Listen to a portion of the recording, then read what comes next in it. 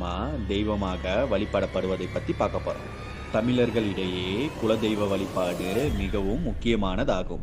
பொதுவாக தமிழர்கள் முனீஸ்வரன், கருப்புசாமி, ஐயனார் மற்றும் பல பெண் தெய்வங்களை குலதெய்வமாக வழிபடுவதை நாம் அறிவோம்.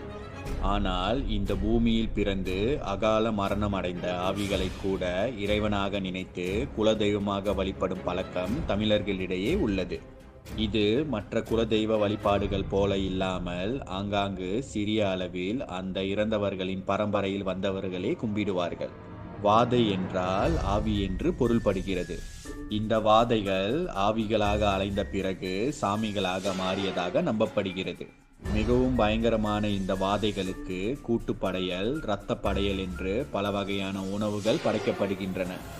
பொதுவாக இந்த வாதைகளின் கோயில்களில் கோபுரங்கள், கலசங்கள், சன்னதிகள், பூஜைகள் போன்ற